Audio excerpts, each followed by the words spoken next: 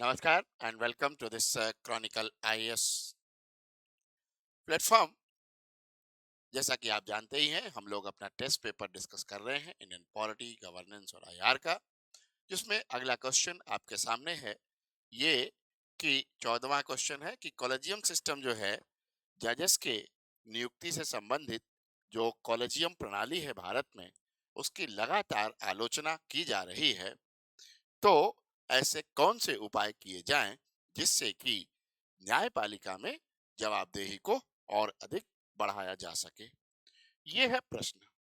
अब आप सब लोग जानते हैं, इसका बहुत सारा जो कंट्रोवर्सी का कारण है वो सब कुछ आपको पता है, लेकिन उत्तर कैसे लिखेंगे, मैं सीधे आंसर पर ही आ रहा हूं। ठीक है। आंसर में आपका जो इंट्रो पार्ट होगा, उसमें आप सबसे पहले अपॉइंटमेंट और ट्रांसफर ऑफ जजेस, अपॉइंटमेंट और ट्रांसफर ऑफ जजेस की बात करेंगे, यानी कि आपका उत्तर शुरू होगा। The constitution under article 124, article 124 provides for the appointment of judges in supreme court. और फिर जैसे ही आप ये कहोगे तो आपको कहना है कि 124 का जो प्रोविजन है वो कहता है कि प्रेसिडेंट ऐसी नियुक्तियों में क्या करेगा, प्रेसिडेंट ऐसी नियुक्तियों में सीजेआई से मे कंसल्ट टू द जजेस of the Supreme Court and shall consult to the CJI. ठीक है। तो यहाँ पर क्या हुआ कि आप बताएंगे कि अनुच्छेद 124 प्रावधान करता है कि राष्ट्रपति उच्चतम न्यायालय में न्यायाधीशों की नियुक्ति के समय क्या करेगा, जिन्हें वह उचित समझे उन न्यायाधीशों से परामर्श करेगा तथा मुख्य न्यायाधीश से परामर्श अवश्य करेगा। 124 का ये प्रावधान। और इसी तरह से आप बताएंगे आर्टिकल 217 में अपॉइंटमेंट और ट्रांसफर ऑफ हाई कोर्ट जजेस, हाई कोर्ट जजेस। अब क्या हुआ, आप ये बताएंगे और उसके बाद आप बताएंगे कि भाई ये व्यवस्था है, लेकिन शुरू में कुछ समय तक ये व्यवस्था चली, लेकिन उसके पश्चात, ठीक है, सुप्रीम कोर्ट ने क्या किया, कॉलेजियम, देखिए तमाम सारे तीनों जजेस केस लिखने की जरूरत नहीं है। मैं आपको हमेशा कहता हूं कि बहुत ज्यादा फैलिए मत, जिससे कि आपका उत्तर ना वो सटीक हो सके। ठीक है, प्रश्न के आलोक में सटीक उत्तर हो सके, तो इसका ध्यान रखना चाहिए। तो जो थर्ड जजेस केस है 1998 वाला, उसमें इसने पूरी तरह से क्या कर दिया था, थर्ड जजेस केस में कॉलेजियम सिस्टम उसने 1998 वाले केस में पूरी तरह से कहा कि भाई ये कॉलेजियम होगा। ठीक है। और उस कॉलेजियम के उस कॉलेजियम के आधार पर जिन जजों के नाम को भेजा जाएगा, राष्ट्रपति उन्हें नियुक्त करेगा। ठीक है। थर्ड जजेस केस में ये व्यवस्था ला दी गई। अब थर्ड जजेस केस में जब ये व्यवस्था लाई गई तो क्या किया गया था, आपको ये भी पता है कि थर्ड जजेस केस में, जिसको आप कहते हैं सुप्रीम कोर्ट का ये जो केस था, ठीक है, उसने कहा कि जो सीजेआई से कंसल्ट करने की बात है, उसमें प्लूरालिटी जो है रखी जाएगी। कलेजियम और कंसल्टेशन मेड बाय सीजेआई, अब उसमें कर दिया। ठीक है। और कहा कि जो सीजेआई कंसल्ट करेगा, पहले दो जजों से था, वो सब स्टोरी लिखने की जरूरत नहीं है, सीधे कह देना है कॉलेजियम और प्लूरालिटी। इसमें कहा कि CJI shall consult before sending the name collegium or plurality of जजेस। और फिर इसमें सुप्रीम कोर्ट के लिए आपको पता है 4 जजेस को उसने कह दिया कि 4 जजेस सुप्रीम कोर्ट के इस कॉलेजियम में रहेंगे। ठीक है। अब देखिए, जैसे ही अब आपको ज्यादा डिटेल में कॉलेजियम सिस्टम के जाना नहीं, क्योंकि क्योंकि इसके क्रिटिकिज्म वाले पार्ट पर आपको ज्यादा फोकस करना है। तो जैसे ही आपने ये बताया, तो अब बता देंगे कि इसमें क्या हुआ। अभी तुरंत ये नहीं कहेंगे कि ये सीधे सीधे 124 के वायलेशन की ओर जा रहा है, अभी नहीं कहना है। अब कहना है कि कॉलेजियम सिस्टम जब लगाया गया, अच्छा, इसी तरह से हाई कोर्ट वाला बता दीजिएगा। हाई कोर्ट वाला कि ठीक है, उसमें क्या कहते हैं, दो जजेस रहते हैं।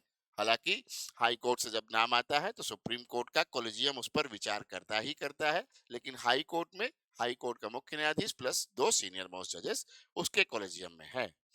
ठीक है।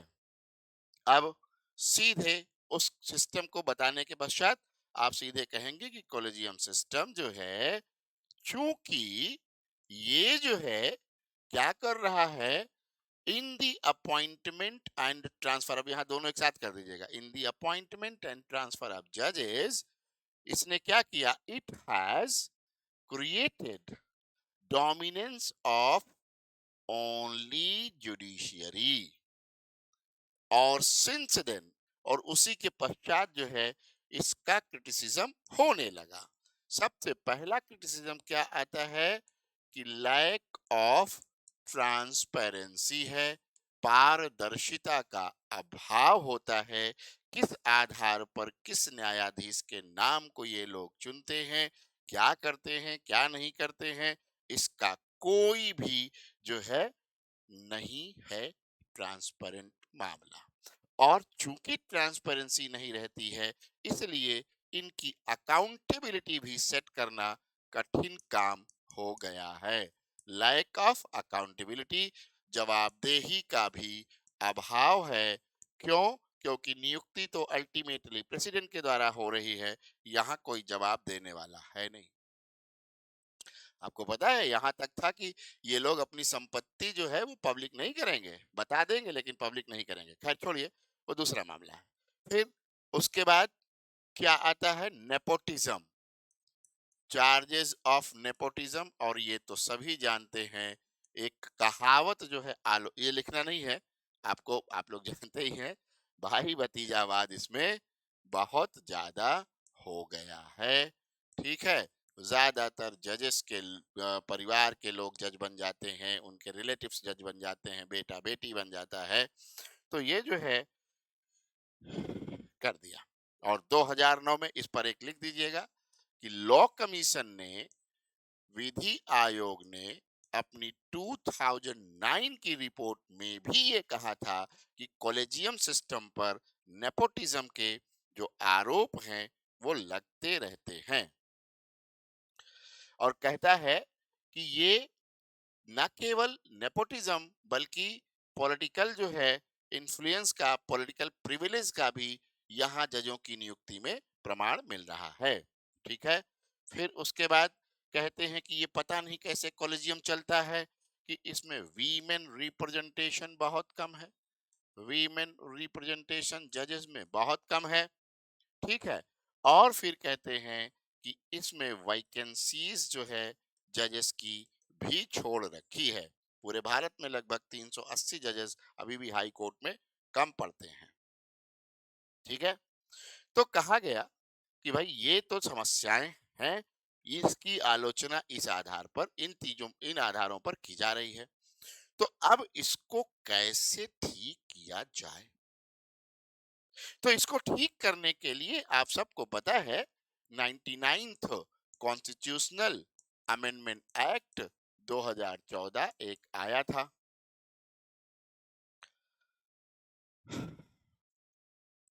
समझ गए होंगे, NJAC। अब देखिए NJAC को आपको कैसे करना है। It was on the lines of the provisions given under Article 124 and even 217 also। क्यों? क्योंकि ये क्या करता है, इसमें एक एग्जीक्यूटिव बॉडी का मेंबर है। और अनुच्छेद 124 आप लिखेंगे, आर्टिकल 124 बहुत स्पष्ट रूप से एग्जीक्यूटिव के प्रेसिडेंट के एग्जीक्यूटिव के होने की और उसके रोल की बहुत स्पष्ट रूप से व्याख्या कर रहा है। इसलिए इन जैक जो है वह कैसा है, वह इसी लाइन पे था, लेकिन इसको जो है सुप्रीम कोर्ट ने स्ट्रक डाउन कर दिया। ठीक है, इसे कह दिया कि ये अनकॉन्स्टिट्यूशनल है क्योंकि आर्टिकल 50 का वायलेशन है, दिस दैट करके उसने कर दिया। लेकिन इसके बाद उसकी आलोचना और ज्यादा बढ़ गई है। ठीक है, तो क्या करना चाहिए? अच्छा, एक और चीज है, मेमोरेंडा ऑफ क्या कहते हैं उसको, प्रोसीजर। एक एमओपी भी बनाया गया था 1999 में, जब इन्होंने कॉलेजियम दिया तो उसके बाद बनाया मेमोरेंडा ऑफ प्रोसीजर। लेकिन मेमोरेंडा ऑफ प्रोसीजर बिल्कुल उसी तरह से है जैसा कि वो कॉलेजियम में चाहते हैं। तो कहा यह जा रहा है कि इसको और अच्छे से रिवाइज किया जाए, और रिवाइज किया भी गया था 2014 में जब एनजैक लाया गया था। लेकिन अब अगर आप चाहते हैं कि इसको और बेहतर 2014 नहीं, 2015 कह लीजिए, फिर इसके बाद इसको 2017 में रिवाइज किया गया। तो मेरे कहने का मतलब ये है कि आपको अपनी सलाह में लिखना है कि और बेहतर रिफॉर्म करना जरूरी है, इसमें मेमोरेंडा ऑफ प्रोसीजर में। और दूसरी तरफ कॉलेजियम सिस्टम के बजाय एक ऐसा सिस्टम लाना ही होगा जिससे कि जवाबदेही बढ़े। तो जवाबदेही बढ़ाने के लिए क्या कर सकते हैं आप? तो आपको करना पड़ेगा एक और चीज, expansion of eligibility criteria. Expansion of eligibility criteria अभी क्या है, जो 10 साल से प्रैक्टिस कर रहा है ना, और ये है वो है, इसको और ज्यादा व्यापक बनाया जाए जिससे कि लोग आ सकें। और जो कहा गया है कि जज किसी प्रख्यात न्यायविद को भी बनाया जा सकता है, आज तक कोई प्रख्यात न्यायविद जज नहीं बना है, तो एमिनेंट लोगों को भी जज बनाया जाए, एमिनेंट पर्संस को भी जज बनाया जाए। और तो और मेरे हिसाब से ट्रांसपेरेंसी जो है बढ़ाने के लिए क्या करना चाहिए? तो ट्रांसपेरेंसी बढ़ाने के लिए बिल्कुल ट्रांसपेरेंट तरीके से नियुक्ति की जाए। मैं कहता हूं कि जजेस की नियुक्ति के लिए सीधे सीधे पार्लियामेंट में क्या होना चाहिए? डिबेट होना चाहिए, जिसमें नेम्ड जो नॉमिनेटेड जजेस जो हैं, या जिन लोगों का नाम दिया गया है नॉमिनेटेड जजेस, उनको क्या करना चाहिए? उनको वहां पर बुलाना चाहिए और उनसे सवाल जवाब करना चाहिए पार्लियामेंटेरियन को कि आपको क्यों हम बनाएं। इसके अलावा उनकी सारी प्रॉपर्टीज वगैरह पहले से ही पब्लिक कर देनी चाहिए, जिससे कि बाद में कुछ गड़बड़ी ना होने पाए। ज्यादा कुछ कहना नहीं है इनको, बस शांति से अपनी बात कह करके आपको चले आना है। ठीक है, ज्यादा कुछ कहना नहीं है। अब आप सोच रहे होंगे कि सर कह रहे हैं ज्यादा कुछ कहना नहीं है, बिल्कुल नहीं कहना है। चलिए अगले सवाल पर चलते हैं। India's relations with China, Nepal, Bangladesh and Maldives have faced several challenges in recent years, critically analyze। देखिए, भारत का इन सभी देशों के साथ जो रिलेशन है, वास्तव में कहना तो ये चाहिएगा कि तनावपूर्ण रहा है ना। इंडिया का रिलेशन, इंडिया का चाइना के साथ, फिर बांग्लादेश के साथ, फिर आपका है मालदीव के साथ और नेपाल के साथ। इसमें मैं नेपाल सबसे लास्ट में लिख रहा हूं क्योंकि नेपाल थोड़ा बहुत दाएं बाएं होता है, फिर हमारे साथ ठीक हो जाता है। लेकिन चीन, बांग्लादेश, मालदीव और नेपाल, चीन के साथ किस किस तरह का, मैं बहुत ही फ्रेमिंग ही आंसर की कर रहा हूं, ये आंसर ही है। आपको लिखना है इंडियाज रिलेशंस विद चाइना, फिर उसके बाद बांग्लादेश, फिर मालदीव, फिर इंडिया। ठीक है, तो हमारे जो टेंस रिलेशंस हैं वो है बॉर्डर डिस्प्यूट, सीमा समान सीमा संबंधी विवाद, फिर ट्रेड का मामला है, व्यापार का मामला है, फिर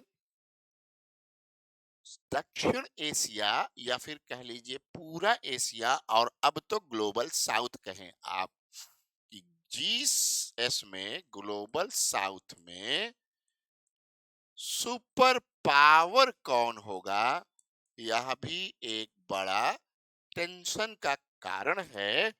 और फिर इसी बीच आप देखते हैं कि चाइना ने अरुणाचल के साथ क्या किया, मैप में गड़बड़ी किया। और पहले आप देखेंगे तो गलवान और डोकलाम जैसे इंसिडेंट्स हो चुके हैं। ठीक है, और आपको सबको समझना होगा कि इन सब के साथ ये जितनी घटनाएं हो रही हैं वो वास्तव में उन सब के पीछे कहीं ना कहीं हेजेमनी, डोमिनेंस, और ये जो ग्लोबल साउथ है उसमें कौन बनेगा हमारा मतलब एशिया का सबसे बड़ा सुपर पावर, ये भी चल रहा है। ठीक है, चलिए बांग्लादेश। बांग्लादेश में क्या हुआ, सरकार चली गई और इंटरिम सरकार है, इंटरिम गवर्नमेंट है, और ये इंटरिम गवर्नमेंट कुछ ज्यादा ही प्रो चाइनीज हो गई है। तो क्या हुआ, एंटी इंडिया सेंटीमेंट इसमें बहुत ज्यादा भर गया है। और इसमें आपने सुना होगा हिंदूज के साथ एट्रोसिटीज भी वहां खूब हुई during their coup and all whatever, जिसको वो रेवोल्यूशन कहते हैं। ठीक है, और फिर इसने क्या कह दिया, हाल की बात करना है, ज्यादा पीछे जाना नहीं है क्योंकि क्वेश्चन एकदम करंट वाला है। फिर उसने कहा कि भारत के चिकन नेक पे कब्जा कर लेना चाहिए, इसको हम लोग के साथ लेकर के आ जाना चाहिए। ठीक है, कब्जा करने जैसी बात जाकर के चीन में कर रहा था। ठीक है, और फिर अपने यहाँ चीन को ऑफर कर दिया है इकोनॉमिक बेस बनाने का, ऑफर टू चाइना। किस बात का, इकोनॉमिक बेस इन बांग्लादेश। ठीक है, आर्थिक बेस बनाने का। ठीक, और फिर कहा कि ये जो नॉर्थ ईस्टर्न रीजन है, सेवन सिस्टर्स जिसको उसने नाम दिया, बोला था उसने भी, और कुछ नहीं बोला, हमारे राज्यों का नाम नहीं लिया, लेकिन सेवन सिस्टर्स तो जरूर बोला था उसमें अपनी बात में। तो उसने कहा था कि ये लैंडलॉक्ड है, और अगर बांग्लादेश से इनको काट दिया जाए तो इनके जो सेवन सिस्टर्स हैं वो क्या हो जाएंगे, ये सेवन सिस्टर्स लैंड लॉक्ड हो जाएंगे और हम इसका फायदा उठा सकते हैं, ये बात भी बोला। ठीक, और मालदीव का तो कहानी ही आपको पता है, बड़ा उछल कूद मचाया था। ठीक है ना, इसने कहा कि ये लैंड लॉक हो जाएगा, ओशन तक पहुंचेगा ही नहीं। और चलिए मालदीव का रिसेंट में क्या हुआ था आपको पता ही है कि मालदीव में भी एंटी इंडिया कैंपेन चला करके उसने इलेक्शन लड़ा था, मुइजू, है ना। तो एंटी इंडिया कैंपेन ही चला वहां पर, कहा कि सारे इंडियंस को निकाल भाग के फेंकेंगे, बाहर करेंगे, इंडिया आउट कैंपेन चलाया, इंडिया आउट कैंपेन चलाया। फिर हमारे फोर्सेस के लोग जो वहां थे उनको बाहर किया, है ना।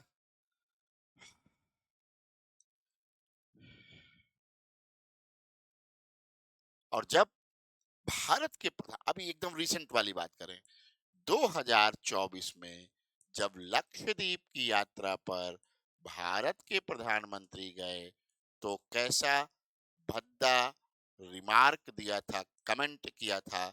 ठीक है, वहां के एक सांसद ने, ये अलग बात है कि बाद में वहां के प्रेसिडेंट ने अपने आप को अलग कर लिया था और कहा था कि ये जो है हमारा स्टैंड नहीं है, चलिए, नेपाल भी बीच बीच में टाइम टू टाइम क्या करता रहता है, प्रो चाइना हो जाता है, और प्रो चाइना होकर एंटी इंडिया वाला इसका स्टेप हो जाता है।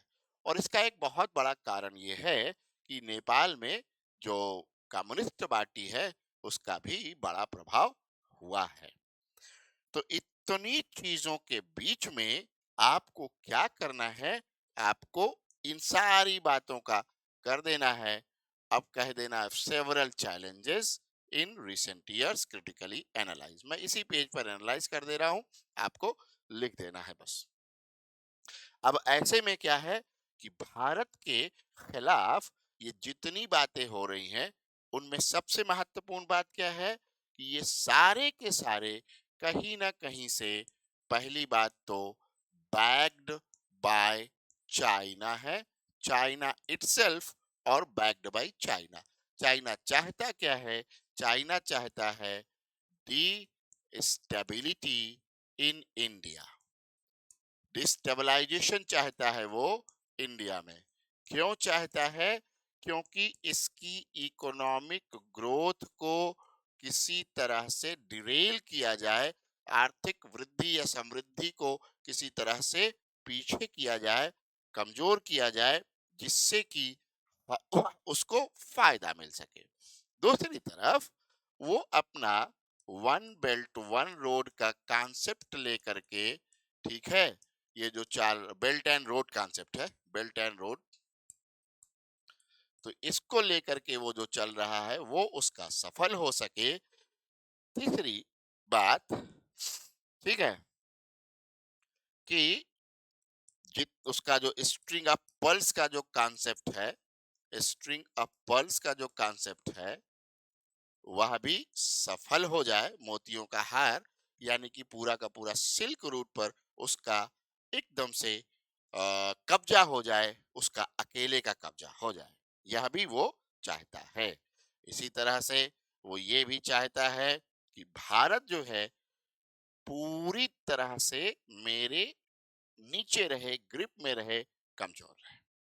और जो हमारा जियो पॉलिटिकल प्रॉब्लम क्रिएट कर सके वो, या प्रॉब्लम क्रिएट करे, तो अगर आप मैप पे जाके देखेंगे तो जिस तरह से चाइना के साथ साथ मालदीव, चलिए बांग्लादेश, म्यांमार, ये सब आ रहे हैं, पाकिस्तान हमारे अगेंस्ट ऑलरेडी रहता ही है, तो हमारे सामरिक महत्व के मामलों में भी ये बड़ी ही नुकसानदायक चीज है। ठीक है, तो भारत ने क्या किया है, भारत ने इनको बहुत शांति से जवाब दिया है, इतना शांति से कि आप सोच नहीं सकते हैं। पहली बात, आप जरूर करेंगे कि इंडिया ने पाकिस्तान में जाकर टेररिस्ट को जो मारा है, आप हमेशा टेररिस्ट को ही कहेंगे, टेररिस्ट को जो अटैक किया और टेररिस्ट को नेस्तनाबूद किया है, इस बार भी ऑपरेशन सिंदूर के माध्यम से ये एक बड़ा मैसेज है जो चाइना को भी गया है। This is a big message which is communicated to China also। फिर उसके बाद हमने क्या किया है, राइजिंग नॉर्थ ईस्ट समिट की है। और अभी आपने पता होगा कि राइजिंग नॉर्थ ईस्ट समिट में ये इन्वेस्टमेंट समिट थी, इन्वेस्टर समिट, और इसमें सभी लोग, अडानी, रिलायंस, सब तैयार हो गए हैं कई कई लाख रुपए का इन्वेस्टमेंट करने के लिए। ठीक है, अरुणाचल प्रदेश में हम उसका जो एक डैम बना रहा था उसके अपोजिट एक डैम हम बनाने की शुरुआत कर ही चुके हैं। ठीक है, बड़ा डैम है हमारा भी, ये भी हम कर रहे हैं। और हमने कह दिया है, या ये कहने की शुरुआत ही नहीं की है बल्कि इसको, इस पर आगे काम भी कर रहे हैं कि ये जो हमारा नॉर्थ ईस्ट है, ये गेटवे टू आसियान है। हम आसियान कंट्रीज के साथ अपना सारा ट्रेड वगैरह इधर से ही करने वाले हैं, ये हमने बहुत स्पष्ट रूप से कह दिया है। और सारा जो इंफ्रास्ट्रक्चरल डेवलपमेंट है उसमें भी रिलायंस, अडानी और क्या कहते हैं वेदांता, अब वेदांता स्टील का जायंट है, स्टील फैक्ट्री लगाने जा रहा है, यानी कि इतना ज्यादा हम वहां पर डेवलपमेंट का काम करने जा रहे हैं जिससे कि हम इनकी किसी भी मंशा को क्या होएगा फलीभूत होने नहीं देंगे। ठीक। और इस एनालिसिस में ज्यादा हमको अग्रेसिव होकर के कुछ अग्रेसिव बात नहीं कहनी है, इतना ही एनालिसिस ज्यादा बेहतर होगा। याद रखिएगा कि हमें सॉफ्टली बात करनी है, ज्यादा कुछ कहना ही नहीं है। उनकी सारी स्ट्रेटजी को हमने रोक दिया है। और फिर बांग्लादेश के लिए बता दीजिए, पर्टिकुलर कंट्री के लिए, कि बांग्लादेश को कंटेन करने का हमारे पास बहुत अच्छा रास्ता था, हमने सप्लाईज रोक दी है बांग्लादेश की, और बांग्लादेश अब त्राहिमाम त्राहिमाम कर रहा है। नेपाल समय समय पर आकर के हमारे साथ खड़ा हो जाता है, और इस बार जो है वो फिर से ऑपरेशन सिंदूर के पश्चात और समय भी बोला कि हम भारत के साथ टेररिस्ट के अगेंस्ट लड़ाई में खड़े हैं। तो ये सारी बातें आप कर देंगे।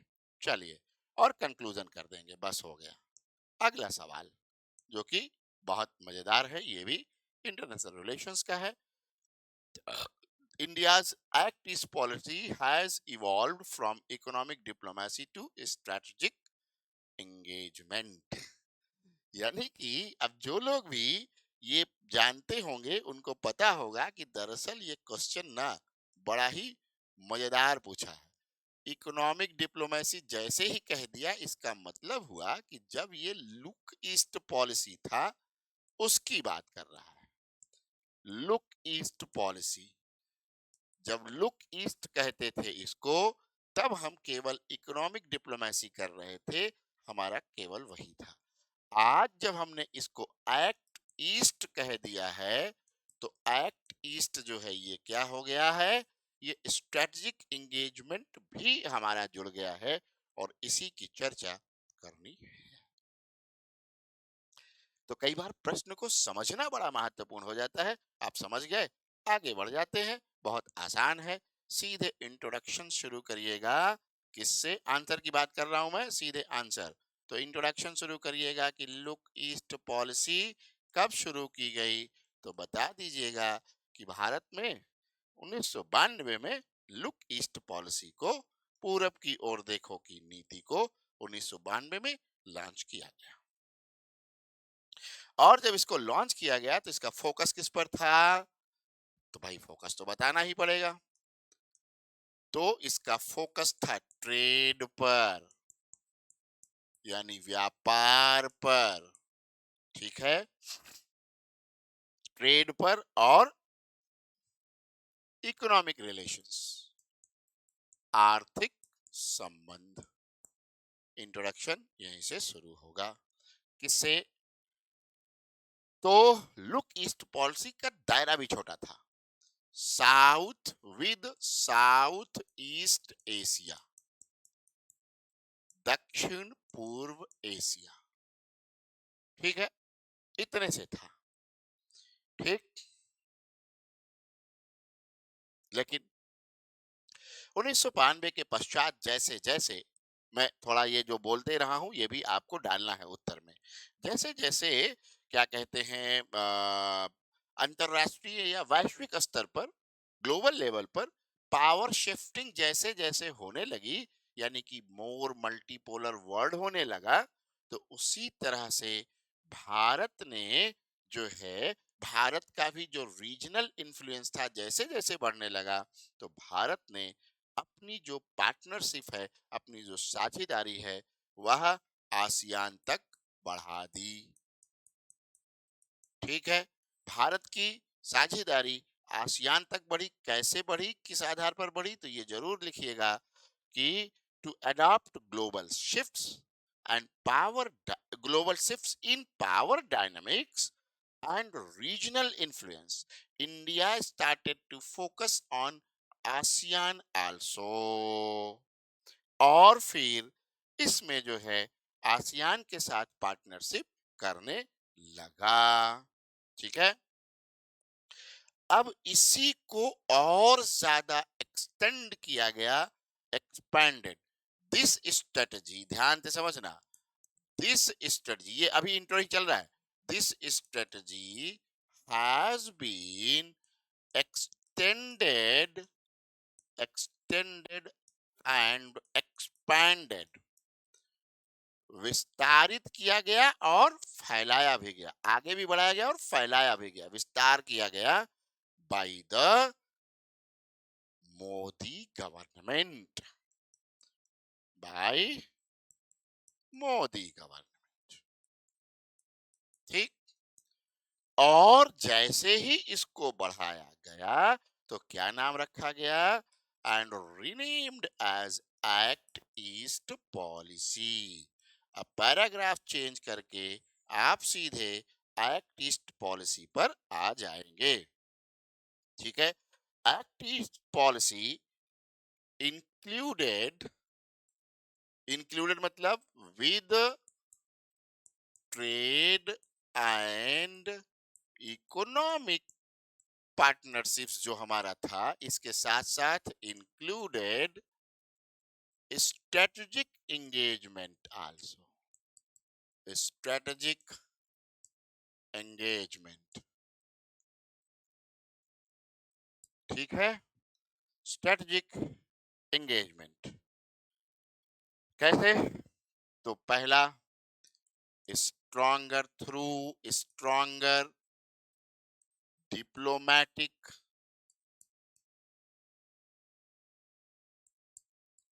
डिप्लोमैटिक एंगेजमेंट,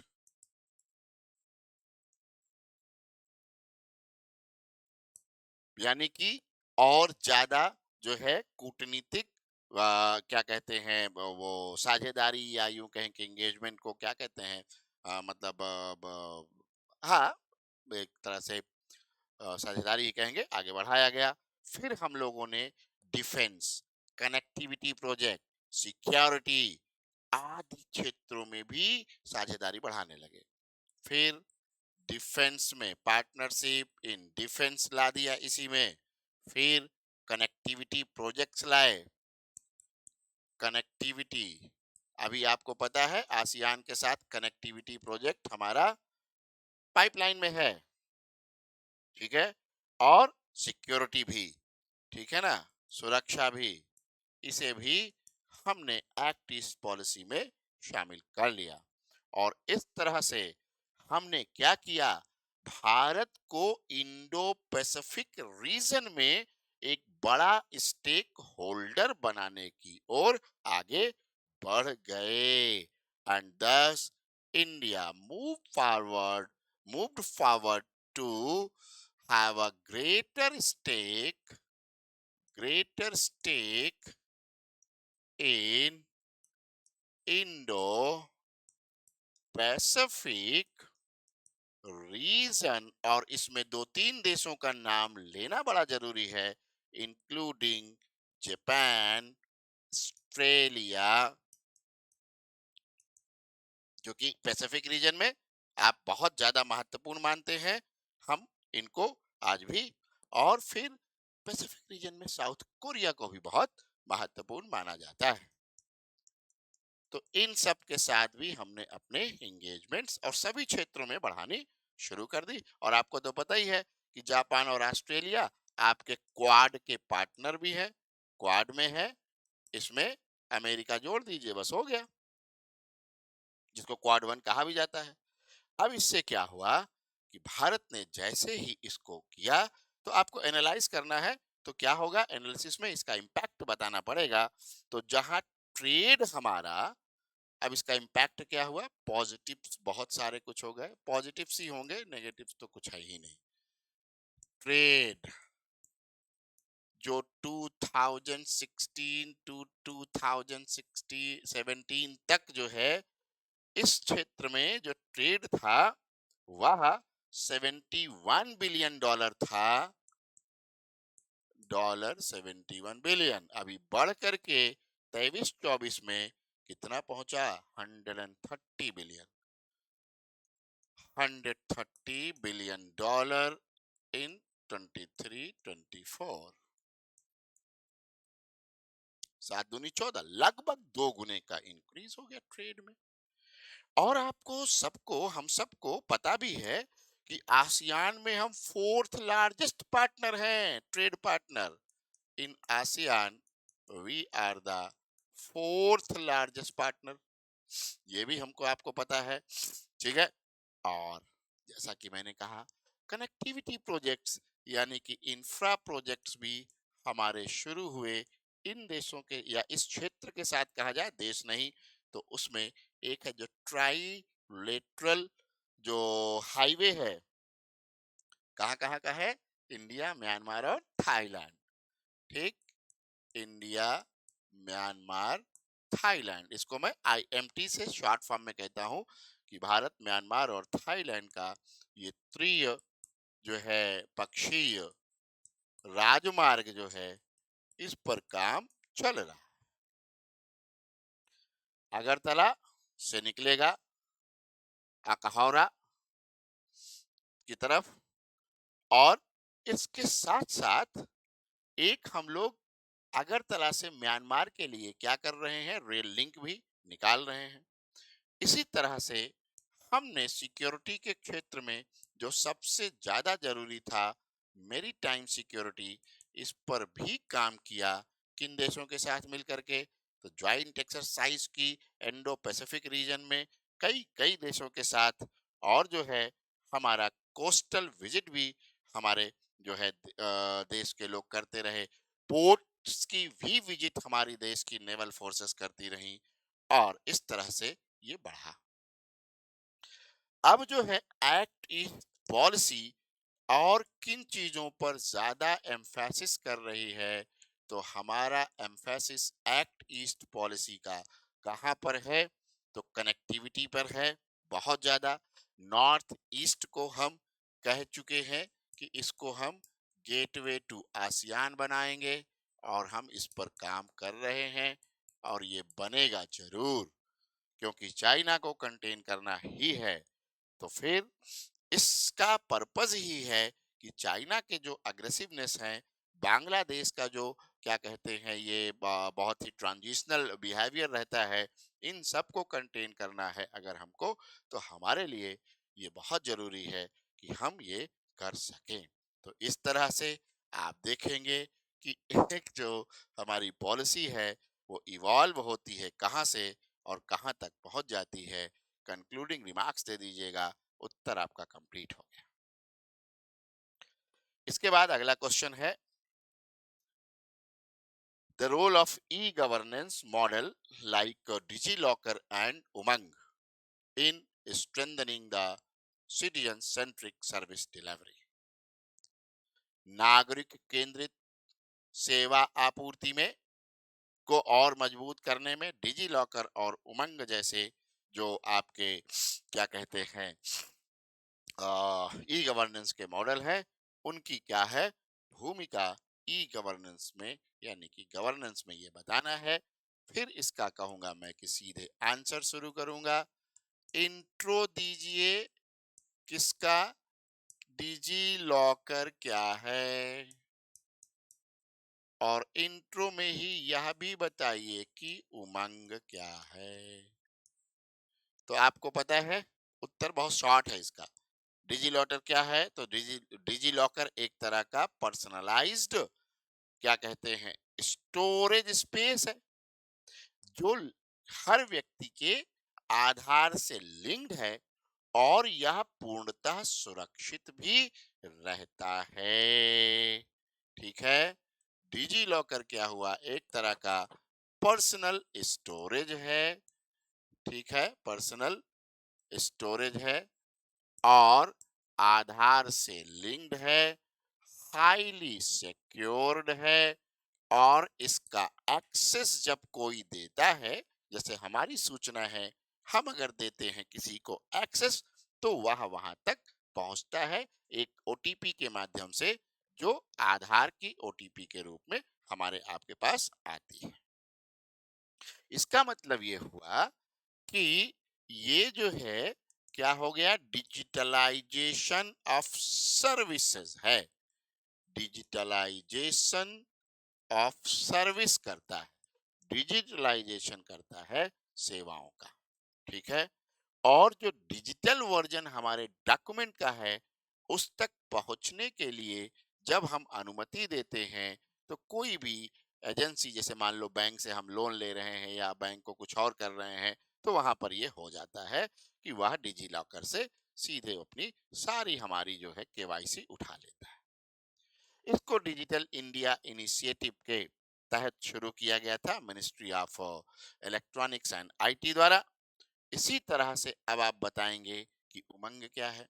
तो उमंग है यूनिफाइड, इसका फुल फॉर्म ही है यूनिफाइड मोबाइल ऐप। कैसा? Unified mobile app for new generation governance. नए पीढ़ी के गवर्नेंस के लिए एकीकृत मोबाइल ऐप जो है वो उमंग है। इसका मतलब क्या है, ये क्या करता है, ये भी बता दीजिए। कि इसमें सब कुछ समाहित कर दिया गया है। Single, unified, secure, multilingual, multi channel और मल्टी सर्विसेज का एक ऐप है। यानी कि बहुभाषी है, बहु जो है चैनल है और बहु सर्विसेज हैं, सेवाएं हैं इसके अंदर उपलब्ध कराई जा रही हैं। और केंद्र तथा राज्य सरकार की हाई इम्पैक्ट जो ऑर्गेनाइजेशंस हैं उनसे संबंधित सेवाएं अब उमंग के माध्यम से नागरिकों तक पहुंचाई जा रही हैं। इंट्रोडक्शन में जैसे ही आपने इतनी बात कही, अगले पैराग्राफ में आप चले जाएंगे कंटेंट में और कहेंगे कि हाल ही में एनईजीपी ने इन दोनों को क्या किया, डिजी लॉकर और उमंग को यूनिफाई कर दिया है, एकीकृत कर दिया है। यह भी बताएंगे। एनईजीडी का मतलब हुआ नेशनल ई गवर्नेंस डिवीजन। ठीक है, नेशनल ई गवर्नेंस डिवीजन, इसके बारे में जान ले। 2009 में बनाया गया था ये भी वही है, क्या कहते हैं, डिजिटल इंडिया कारपोरेशन के अंतर्गत काम करता है। डिजिटल इंडिया कारपोरेशन यानी कि एक ऑटोनमस बॉडी है डिजिटल इंडिया कारपोरेशन। इसके तहत जो है नेशनल ई गवर्नेंस क्या कहते हैं डिवीजन है, एनईजीडी, हमने पी लिख दिया, सॉरी, जीडी है ये, नेशनल ई गवर्नेंस डिवीजन। अब जो है डिजी लॉकर से और इनसे दोनों से क्या क्या फायदे हैं।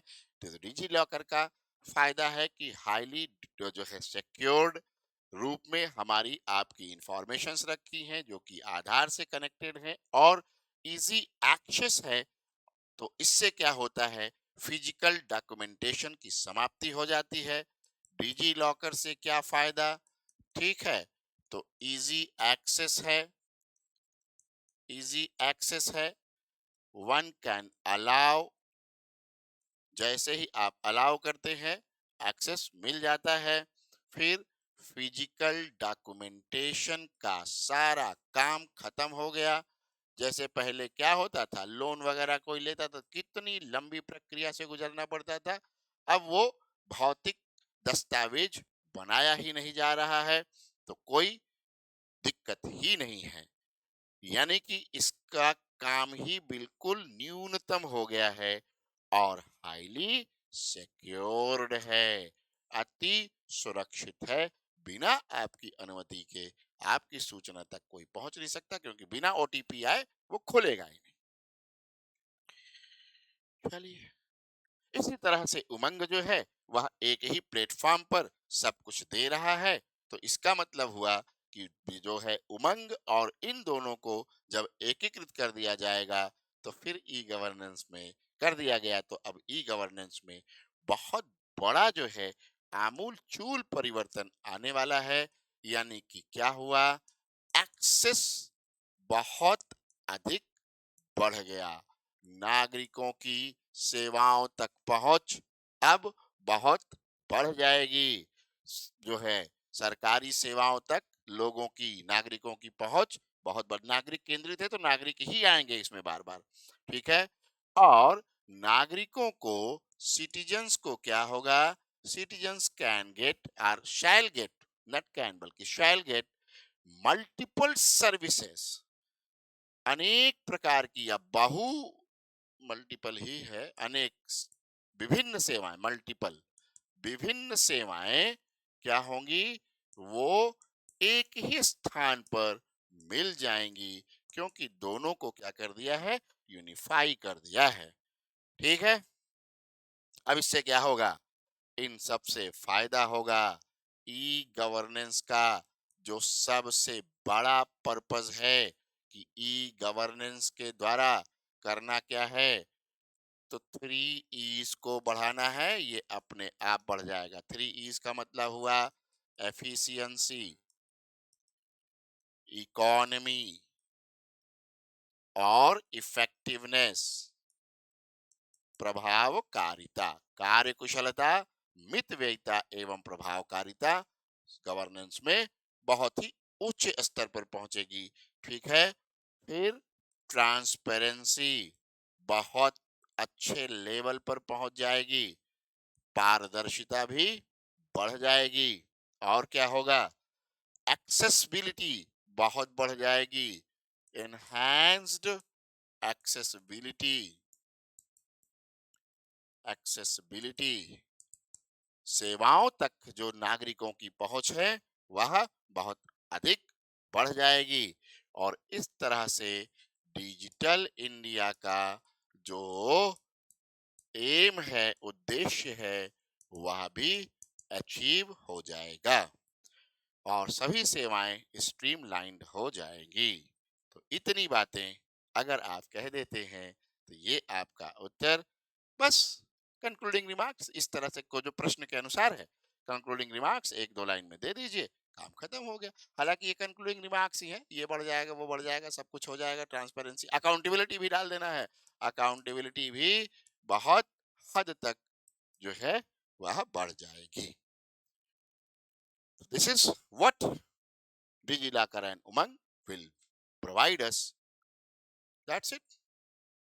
चलिए अगला सवाल, critically assess the role of NITI Aayog in driving cooperative federalism in recent policy initiatives।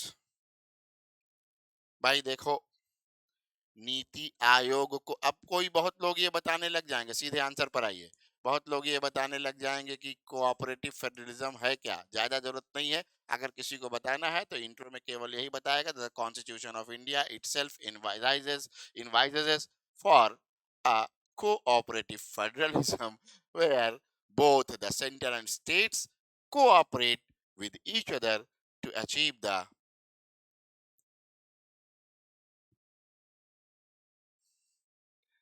targets of development and welfare of the people। ठीक है, अब जो है नीति आयोग को बनाया ही गया इसी पर्पस से, तो सीधे कहिएगा नीति आयोग जब बना 2015 में, प्लानिंग कमीशन को रिप्लेस किया, योजना आयोग को हटा करके, तो इसका उद्देश्य ही था कि केंद्र और राज्यों के बीच, in between centre and states, और अधिक कोलैबोरेशन बढ़ाते हुए, by increasing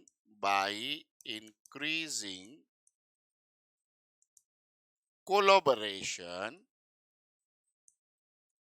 between centre and states, क्या करना, स्ट्रेंथनिंग ऑफ कोऑपरेटिव फेडरलिज्म। ठीक है, यही इसका एम था। नीति आयोग का गठन इसी उद्देश्य के साथ किया गया था, यही आपको सबसे पहले बताना है। उसके पश्चात सीधे आ जाना है रीसेंट इनिशिएटिव्स पर, क्योंकि आपका प्रश्न अगले पैराग्राफ में आप सीधे रीसेंट इनिशिएटिव्स पर आ जाएं, तो कहेंगे कि अब इस कोलैबोरेटिव एफर्ट को आगे बढ़ाते हुए उसने क्या किया, तो नीति आयोग ने कई नए इनिशिएटिव्स लिए हैं। जैसे अब बताते चले जाएंगे, performance based ranking of states, है ना, राज्यों की परफॉर्मेंस बेस्ड रैंकिंग बनाने लगा। साथ ही साथ इसमें एस्पिरेशनल डिस्ट्रिक्ट प्रोग्राम भी शुरू किया। एस्पिरेशनल डिस्ट्रिक्ट प्रोग्राम भी शुरू कर दिया। अब इसमें क्या हो रहा है कि ज्यादा से ज्यादा कोऑपरेटिव नेचर के साथ चीजें आगे बढ़ाई जा रही हैं। फिर उसके बाद पॉलिसी ठीक है, हाँ, पॉलिसी कोलाबोरेशन, नीतिगत सहयोग, नीतिगत सहयोग या नीति सहयोग, इसमें भी क्या काम हो रहा है। तो नीति आयोग कहता है कि हम एक प्लेटफॉर्म अवेलेबल करा रहे हैं जिस पर आप आते हैं। स्टेट्स के लिए क्या है, प्लेटफॉर्म है, किस बात का, फॉर डायलॉग, ठीक, तो वार्ता के लिए यह एक प्लेटफॉर्म उपलब्ध कराता है। और इसमें कहता है कि राज्य अपने जो उनकी आवश्यकताएं हैं, डिमांड्स हैं, उनको नेशनल लेवल पर रख सकता है। और ऐसे में आप यहाँ पर एग्जाम्पल दे देंगे, meeting of the governing council of NITI Aayog, ठीक है, for example governing council meeting, governing council meeting, ठीक है।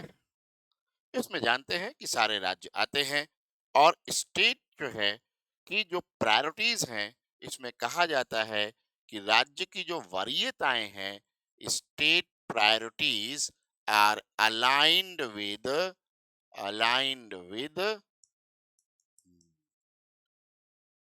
सेंट्रल गवर्नमेंट या यूनियन, चाहे जो वर्ड यूज करेंगे हो जाएगा। इसी तरह से राज्यों के हेल्थ के लिए भी हेल्थ इंडेक्स का भी शुरुआत किया है इसने, यह भी आप बता देंगे, ठीक है। अब इसमें भी वो क्या कह रहा है, लोगों को कह रहा है कि आप जितना बेहतर परफॉर्म करते हैं उतना अच्छा हम आपको करेंगे, सहयोग करेंगे। फिर डाटा आधारित पॉलिसीज पर फोकस किया जा रहा है। डाटा आधारित, डाटा ड्रिवन पॉलिसीज पर फोकस किया जा रहा है। डाटा आधारित नीतियों पर विशेष बल दिया जा रहा है। और ऐसे में हेल्थ, एजुकेशन, एग्रीकल्चर जैसे क्षेत्रों के लिए पूरा ट्रैकिंग सिस्टम बनाया गया है, ठीक है। राज्यों का हेल्थ के क्षेत्र में, राज्यों का एजुकेशन के क्षेत्र में, राज्यों का एग्रीकल्चर के क्षेत्र में, सब में जो परफॉर्मेंस है, निष्पादन है, उसको ट्रैक किया जा रहा है, परफॉर्मेंस को ट्रैक किया जा रहा है। अगली बात ये आप लिखेंगे, ठीक है। और इससे क्या फायदा हो रहा है, एविडेंस बेस्ड पॉलिसी मेकिंग को सहूलियत मिल रही है। और इस प्रकार एविडेंस बेस्ड पॉलिसी मेकिंग को जो है सहूलियत मिल रही है। It is enabling evidence based policy making, ठीक है। फिर उसके पश्चात स्टेट लेवल रिफॉर्म्स को भी नीति आयोग द्वारा सपोर्ट किया जा रहा है। स्टेट लेवल रिफॉर्म्स को भी सपोर्ट किया जा रहा है। और इसमें आप कह सकते हैं एग्जाम्पल कि गुजरात के लिए, गुजरात में रिन्यूएबल एनर्जी का जो ट्रांजिशन था, उसमें जो है नीति आयोग ने बड़ा सहयोग किया। कैसा सहयोग, तो टेक्निकल असिस्टेंट दिया और एडवाइस।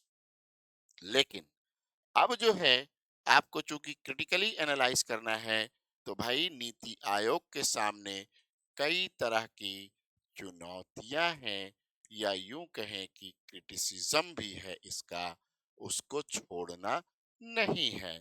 पहला है कि भाई ये ओवर सेंट्रलाइजेशन है, यह अति केंद्रीकरण है, सारी चीजें केंद्र सरकार के पास हैं, राज्यों के पास कुछ नहीं है। फिर कहते हैं कि इसी ओवर सेंट्रलाइजेशन के कारण लिमिटेड एंगेजमेंट होता है। किसका? लिमिटेड एंगेजमेंट ऑफ स्टेट्स, राज्यों का बहुत ही सीमित एंगेजमेंट हो रहा है। इसके अलावा प्राइवेट सेक्टर को इसमें शामिल किया है नीति आयोग ने कई कार्यक्रम चीजों में। तो प्राइवेट सेक्टर डिपेंडेंसी बढ़ रही है, डिपेंडेंसी इज इंक्रीजिंग। ठीक है। और ज्यादातर शॉर्ट टर्म एक्शन प्लान बनाए जा रहे हैं, लॉन्ग टर्म एक्शन प्लान नहीं दिख रहा है। हालांकि इसकी जो जब नीति आयोग बनाया गया था तो इस पर बहुत सारी बातें हुई थी, तो लोगों ने कहा ही था कि अगर हम छोटे छोटे माइक्रो लेवल पर अपने प्लान्स नहीं करेंगे तो हम लंबे समय में पता चला कि मेन चीज ही भूल जाएंगे। ठीक है। रीजनल डिस्पैरिटी को एड्रेस नहीं कर पा रहा है, क्षेत्रीय विषमता को अब ये एड्रेस नहीं कर पा रहा है। और कहा जाता है कि इसको अब राज्यों पर छोड़ दिया गया है कि वो ठीक करे। हालांकि ऐसा नहीं है, केंद्र सरकार बहुत कुछ कर रही है और फिर फाइनेंस कमीशन का वहां रोल है ही है। लेकिन अब कहा जाता है कि क्या होना चाहिए, तो लोग कहते हैं कि भाई इनको ना थोड़ी फाइनेंशियल पावर दो, नीति आयोग को वित्तीय शक्ति प्रदान की जानी चाहिए। ठीक है, जिससे कि ये क्या कर सके, जिससे कि ये कुछ वित्तीयन भी कर सकें। फिर कहते हैं कि इंक्लूसिव और ट्रांसपेरेंट पॉलिसी मेकिंग फ्रेमवर्क तैयार करना चाहिए, सर्वसमावेशी, inclusive and transparent policy framework. ठीक है, ये तैयार होना चाहिए। सर्वसमावेशी एवं पारदर्शी जो है फ्रेमवर्क तैयार करना चाहिए और राज्यों को बार्गेन करने के और अधिक अवसर मिलने चाहिए। राज्यों को बार्गेनिंग मैकेनिज्म राज्यों का बढ़ाना चाहिए। मैं इससे सहमत नहीं हूँ। पहले बड़ी बार्गेनिंग होती थी और हम सब जानते हैं कि सब जो है वो पॉलिटिकल हो जाता था। और केंद्रीकरण को कम किया जाए, इसके पक्ष में मैं भी हूँ। सेंट्रलाइजेशन थोड़ा कम किया जाए, सेंट्रलाइजेशन को कम किया जाए। इतनी बातें आप कह दें और फिर बता दें कि भाई भारत संविधान, फिर से अंत में कह दें कि संविधान तो हमारा ऐसा ही इन्विसाइज करता है, तो ऐसा करना बड़ा जरूरी है। चलिए, अब इसके बाद एक और सवाल है, बड़ा ही मजेदार। Examine the link between multidimensional poverty and poor human capital outcomes, especially in tribal and backward districts in India. Multi dimensional बहुआयामी गरीबी तथा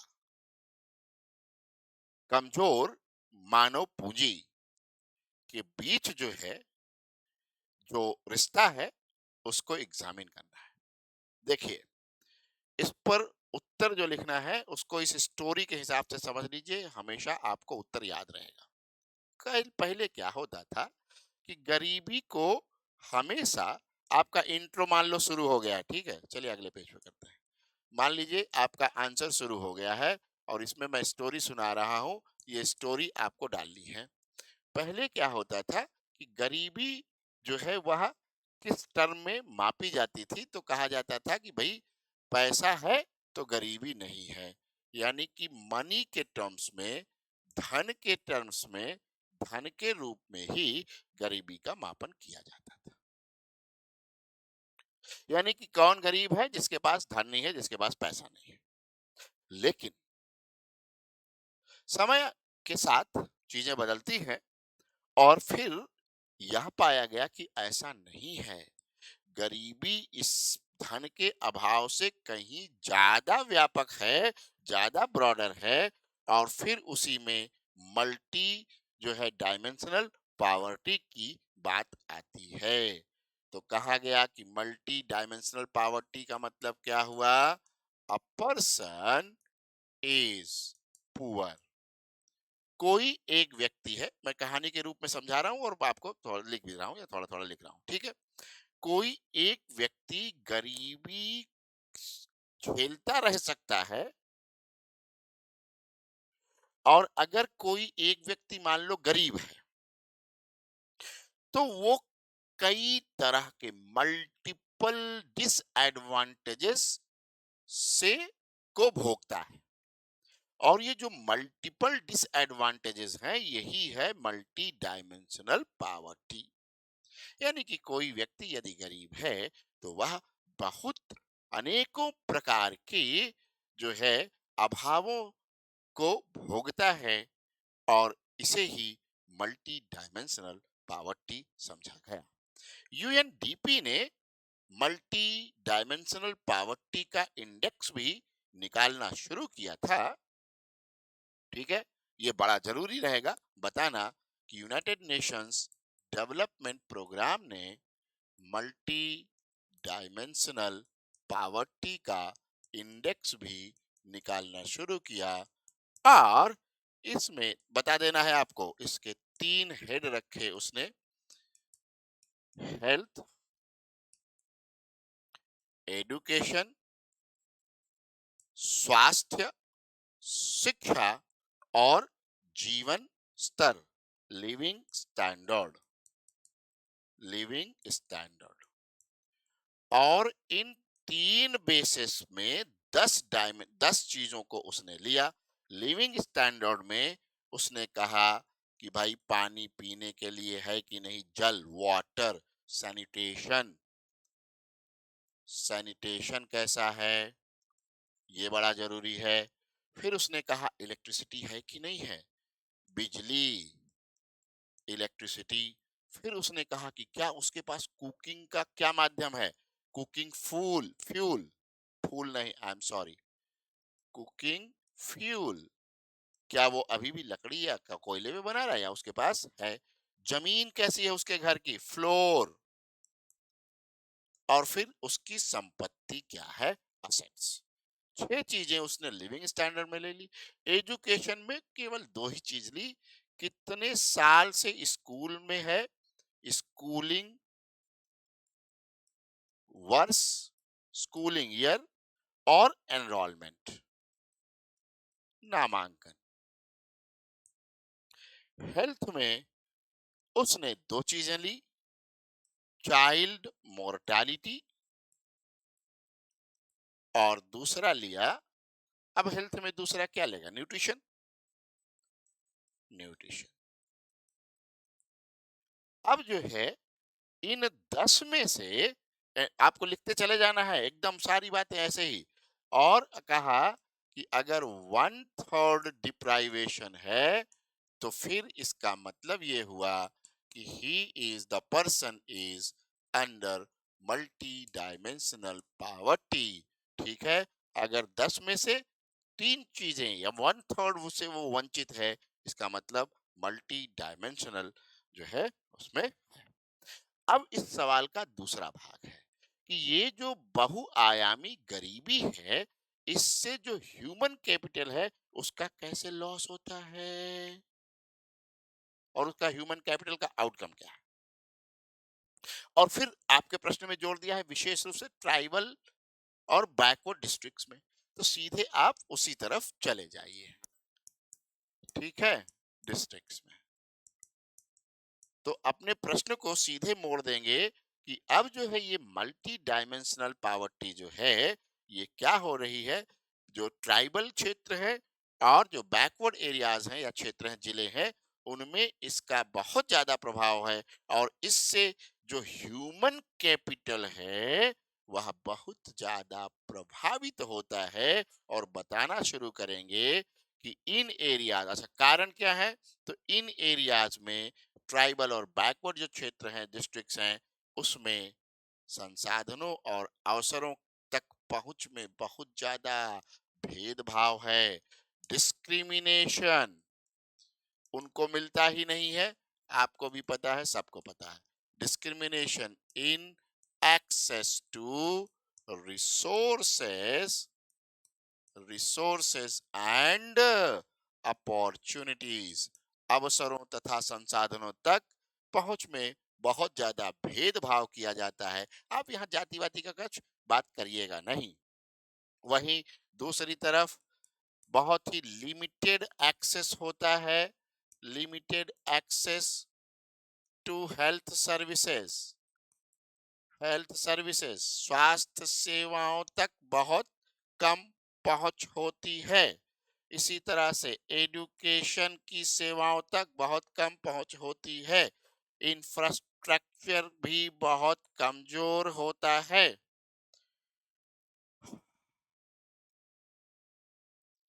लिमिटेड इकोनॉमिक अपॉर्चुनिटीज होती हैं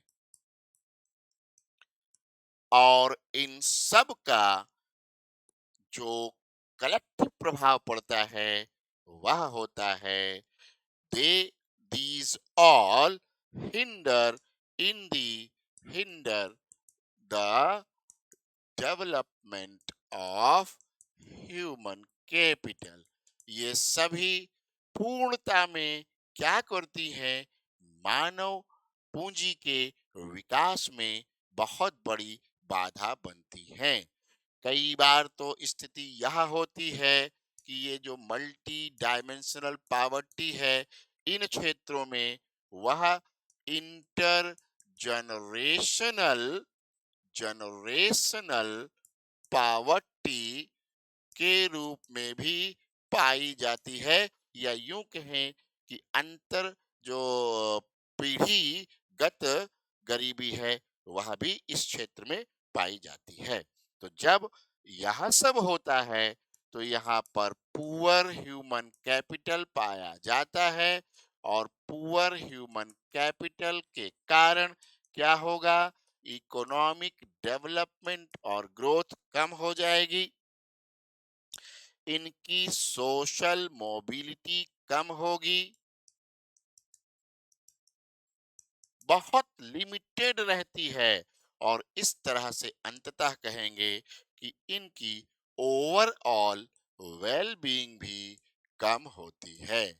और इस प्रकार आपका यह उत्तर अंततः अंत की ओर जाता है और बताता है कि देखिए ना साहब, इस तरह से जो समस्याएं हैं ये बैकवर्ड क्षेत्र में और ट्राइबल एरियाज में, वो एक बेहतर ह्यूमन कैपिटल के विकास के लिए बड़ी बाधा है, जो देश के आर्थिक लक्ष्यों को प्राप्त करने में भी बहुत बड़ी कमजोरी साबित होती है। आर्थिक और सामाजिक दोनों कहेंगे, केवल आर्थिक नहीं। केवल आर्थिक बोल दिए तो एकांगी हो जाएंगे, यूनिलेटरल हो जाएंगे। अगला सवाल, और ये है बिल्कुल मजेदार। In the context of Indo-Pak relation, examine the potential strategic, diplomatic, and regional implications of India's decision to suspend Indus Water Treaty। आपको सीधे उत्तर की ओर ले जाते हैं। उत्तर की शुरुआत इंट्रोडक्शन से होगी, और आपका इंट्रोडक्शन होगा Indus water treaty signed in 1960, किसकी मध्यस्थता में, मीडिएटर था WB।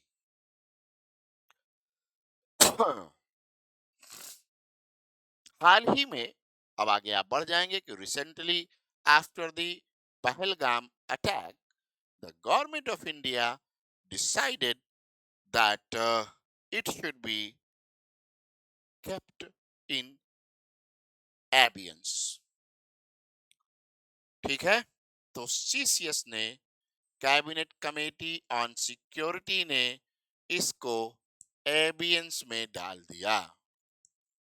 ठीक है, ज्यादा ट्रीटी के संबंध में नहीं बताना है, ज्यादा बताना है अपने प्रश्न के उत्तर में। काम खत्म। भारत और पाकिस्तान के बीच ये ट्रीटी हुई थी, जिसमें ऐसे प्रावधान है कि पाकिस्तान को बहुत ज्यादा पानी मिलता है, 80% तक। और अगर कोई लिखना चाहे तो लिख सकता है कि ये जो इंडस वाटर ट्रीटी है, चेनाब, झेलम और सिंधु, इन तीनों रिवर्स के साथ जो उसको पानी मिलता है पाकिस्तान को, वो उसकी जीवन रेखा है, उसकी कृषि इसी पर आधारित है और पीने के पानी की भी व्यवस्था यहीं से होती है। लेकिन जैसे ही भारत ने इसको कर दिया है सस्पेंड, तो अब इसके इम्प्लीकेशंस क्या क्या होंगे। इम्प्लीकेशंस, तो पाकिस्तान कहता है कि भारत ऐसा कर नहीं सकता, क्योंकि जो ट्रीटी है उसके आर्टिकल 12 सेक्स और क्लॉज 4 में यह प्रावधान किया गया है कि कोई भी पक्ष इसे एक पक्षीय तरीके से सस्पेंड या जो है वो इसको टर्मिनेट नहीं कर सकता। Can not be terminated, suspend word नहीं यूज करेंगे यहाँ, कांट बी टर्मिनेटेड यूनिलेटरली।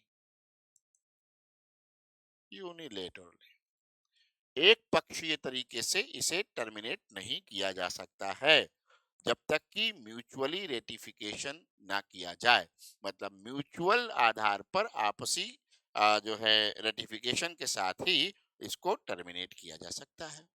तो भाई आप कह दीजिएगा कि शायद इसीलिए, शायद नहीं लिखना है, India has kept it into abeyance, suspend ही किया है, निलंबित ही रखा है, टर्मिनेट करने की कोई बात है नहीं। दूसरी ओर बहुत सारे एक्सपर्ट ये भी कहते हैं कि ये जो वियना कन्वेंशन हुआ था ना, Vienna convention on law of treaties, इसको कहते हैं VCLT, ठीक। इसका जो है 60 और आर्टिकल 60 और 62, इसके अनुच्छेद 62 और 62 में यह कहा गया है कि अगर किसी ट्रीटी को मॉडिफाई करना है या उसे टर्मिनेट करना है तो कैसे हो सकता है, तो कहते हैं कि मटेरियल ब्रीच हो या फिर फंडामेंटल चेंज इन सर्कमस्टांसेस हो। Any country can unilaterally terminate or modify a treaty if there is material, उसको क्या बोलते हैं, मटेरियल ब्रीच, कुछ महत्वपूर्ण जो है मुद्दे को का ब्रीच किया गया हो, को तोड़ा गया हो, या फिर क्या हो, fundamental change, fundamental change in circumstances. तो अगर कोई ये कहता है कि यूनिलेटरली नहीं कर सकते, तो भारत और भारत के कई एक्सपर्ट, मैं भी ये कह रहा हूं, मैंने तो कहा भी था एक वीडियो बना करके कि जाओ जहां जाना है, कुछ नहीं कर सकते। क्यों कहा था, तो इसी आधार पर मैंने कहा था कि क्या होगा कि आपके साथ 1960 में जो ट्रीटी हुई, उस समय आप हमारे यहाँ भारत में टेररिज्म नहीं करते थे। आज की डेट में आप टेररिज्म कर रहे हैं। ये अलग बात है कि लीगल लोग जो है, लीगल लोग हो सकता है ये माने कि नहीं नहीं, आर्टिकल 60 और 62 तो बहुत लूज लीगल पॉइंट है, but it is not too loose, ये भी ध्यान रखिएगा, ठीक है, इतना कमजोर भी नहीं है। दूसरी तरफ हमने क्या किया था, इसके साथ साथ जनवरी 2023 एंड अगस्त 2024 में पाकिस्तान को लेटर भी लिखा था कि we want to revise this treaty so that come to the table, ठीक है। ये अलग बात है, यहाँ पर बात जान लीजिए कि इंडिया VCLT का सिग्नेटरी नहीं है, सिग्नेटरी नहीं है। पाकिस्तान है बट नॉट रेटिफाइड, पाकिस्तान है लेकिन अभी भी इसने रेटिफाई नहीं किया है। तो इसी कारण है पाकिस्तान कहता है कि हम जाएंगे वर्ल्ड बैंक और फिर वहां जाएंगे मुकदमा करेंगे आपके खिलाफ, करने दीजिए, फर्क नहीं पड़ता है। आपने कहा है हम एम्बियंस में रख रहे हैं। अब इसके स्ट्रेटेजिक फायदे क्या? स्ट्रेटेजिक और जियोपॉलिटिकल जितना भी कह सकते हैं, एनवायरमेंटल, सब यहाँ पर पता कर लीजिए। तो पहली बात ये है, इसको एम्बियंस में रखने के बाद India can build infra to store water. Actually section 3 section 4 में कहा गया कि हाँ जो है यहाँ पर इंडिया कोई स्टोरेज का स्ट्रक्चर नहीं बना सकता, लेकिन सेक्शन 3 में, लेकिन आर्टिकल 3 में, लेकिन अगर इसको हमने एम्बियंस में रख दिया, एबियंस में रख दिया है, निलंबित कर दिया है, तो हम अब क्या कर सकते हैं, वहां कोई स्ट्रक्चर बना सकते हैं। ठीक है। दूसरी तरफ अब इंडिया के पास इस पानी पर कंट्रोल बढ़ गया और इंडिया क्या कर सकता है, इसको कैन यूज, और इसलिए ये इसको वेपन की तरह यूज कर सकता है। कैसे? ठीक है, पानी रिलीज कर देगा, छोड़ देगा, कब? बारिश के दिनों में, जब खूब पानी हो तो क्या हो गया, पाकिस्तान में बाढ़ आ जाएगी और पानी रोक देगा, कब? ड्राई सीजन में, तो सूखा पड़ जाएगा। वेपन हो गया। उसकी इकोनॉमी कोलैप्स करेगी, क्योंकि Pakistani economy is basically an agrarian kind of agricultural economy अभी भी है। ठीक। दूसरी तरफ पानी से बहुत बड़ी प्रॉब्लम उनको होगी, क्योंकि ड्रिंकिंग वाटर जो है वह भी इनका हमारे ही पानी पर डिपेंड करता है। पाकिस्तान के लिए पीने का जल भी यहीं से मिलता है, पहले भी मैं बोल चुका हूं। दूसरी तरफ पानी का विवाद वहां पर दो स्टेट्स के बीच ऑलरेडी है, पंजाब एंड सिंध के बीच वाटर का डिस्प्यूट ऑलरेडी चल रहा है। तो इस तरह से ये तो हो गया, लेकिन एनवायरमेंटल कंसर्न्स भी कुछ हैं। क्या हम इतने पानी को रोक सकते हैं? No, we don't have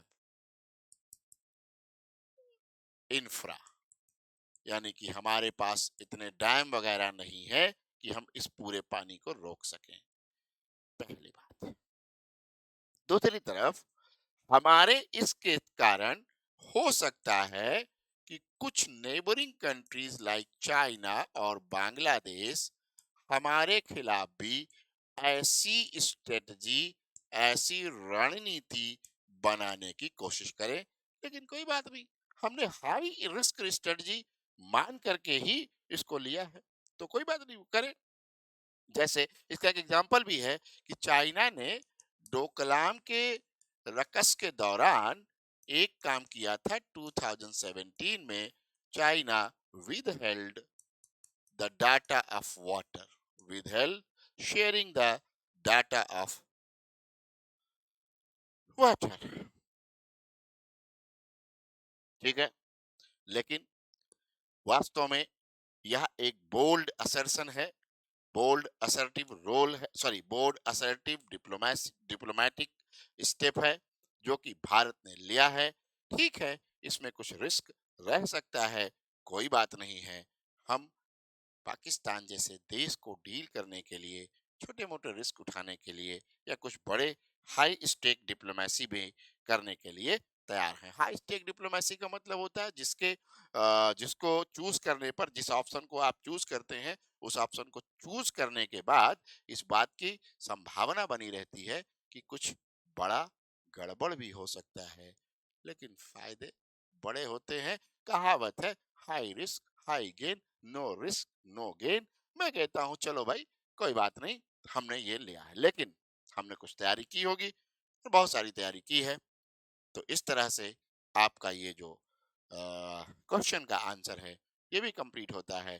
conclude कर दीजिए कि वही जो मैं आज तक बोल रहा हूँ, bold assertion of assertive diplomacy और हाई स्टेक डिप्लोमेसी का एक कदम है, भारत सरकार द्वारा उठाया गया है, और ऐसे में कोई दिक्कत नहीं होगी। चलिए, थैंक यू। फिर मिलते हैं अगले क्वेश्चन पेपर के डिस्कशन में। तब तक stay tight, right well, and if you have any problem ask. Thank you.